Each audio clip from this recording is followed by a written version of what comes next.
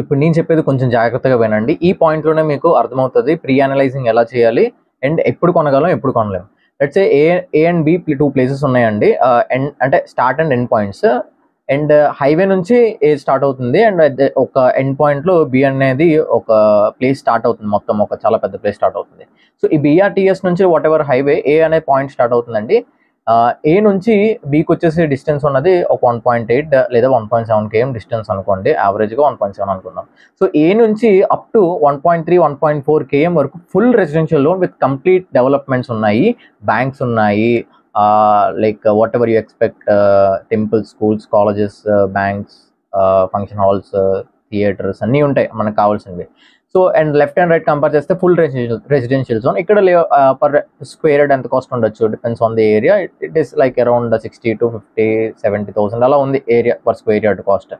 So ఇప్పుడు 1.4 KM వరకు 60,000 గజం ఉంది అంటే ఇంకొక 300 మీటర్స్, 400 మీటర్స్ వెళ్తే అంటే ఆ జోన్లోనే అప్ టు చెప్పాను కదా 1.4 KM full residential zone.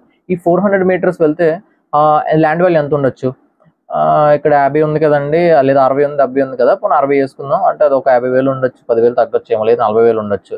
Land cost నేను చెప్తున్నానండి. అక్కడ ఎంత ఉంది అంటే 20 నుంచి 25,000 ఉంది. సో ఇలాంటి ఒక ఫుల్ రెసిడెన్షియల్ జోన్లో నెక్స్ట్ అనేది జోన్ ఫామ్ అవ్వడానికి కొంచెం వెనక్కి అలా వెళ్తూ ఉంటుంది. లైక్ ప్లేసెస్ ఉన్న కొద్దీ అంటే అడ్జసెంట్ రోడ్స్ అనే కదా మనకి, అంటే అడ్జసెంట్లో ఉన్న ప్లేసెస్ని మనం కవర్ చేసుకుంటే దట్ ఈస్ కాల్డ్ డెవలప్మెంట్, అంటే spreading of the development, right?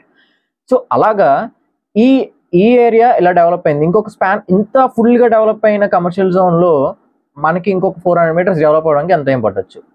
1 to 2 years, let's say యావరేజ్గా 55 years అనుకుందాం. ఓకే. సో ల్యాండ్ వాల్యూ ఎంత ఉందని చెప్పాను, 60,000 ఉందండి. అక్కడ కొంచెం ముందుకెళ్తే 20 నుంచి 25,000 ఉంది. సో ఇక్కడ మీరు అదేంటి అంత తక్కువ ఉంది, డెవలప్మెంట్స్ ఏం లేవు, అంత వర్స్ట్ అని అనుకోవచ్చు. But that is not the exact analysing.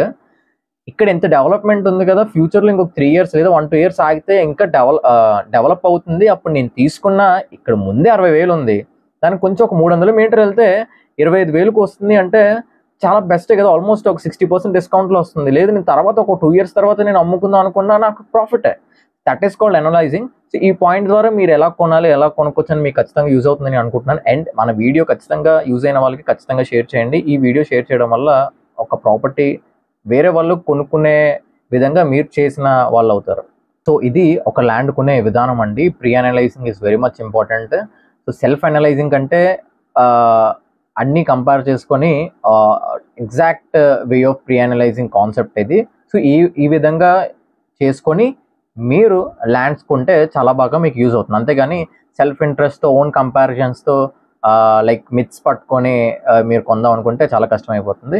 అలాగే మన ఛానల్ని ఫస్ట్ టైం చూస్తున్న వాళ్ళు ఖచ్చితంగా సబ్స్క్రైబ్ చేసి బెల్ ఐకాన్ క్లిక్ చేయడం వల్ల ఇలాంటి మంచి మంచి ప్రాపర్టీస్ విశేషాలు అలాగే నెక్స్ట్ మంచి ప్రాపర్టీస్ డీటెయిల్స్ పెడుతూ ఉంటాను. ఎందుకు సబ్స్క్రైబ్ చేసుకొని బెల్ ఐకాన్ క్లిక్ చేయాలంటే ఒక ప్రాపర్టీ 100 మంది కొనలేరు కాబట్టి, ఒక ప్రాపర్టీ మంచి ప్రాపర్టీ ఒకరే కొనగలరు కాబట్టి, ఇలాంటి ఒక ఆపర్చునిటీ రాగానే మనం యూటిలైజ్ చేసుకోవాలంటే బెల్ ఐకాన్ క్లిక్ చేయడం వల్ల మీకు నోటిఫికేషన్ అనేది రావడం జరుగుతుంది. అలాగే ఈ వీడియో మీకు యూజ్ అవ్వకపోతే ఖచ్చితంగా మన ఫ్యామిలీ ఎవరో ఒకరు ప్రాపర్టీ కొనుక్కునే వాళ్ళు ఉంటారు, వాళ్ళకి షేర్ చేయడం వల్ల వాళ్ళు మీ వల్ల ఒక మంచి ప్రాపర్టీ కొనుక్కునే వాళ్ళు అవుతారు.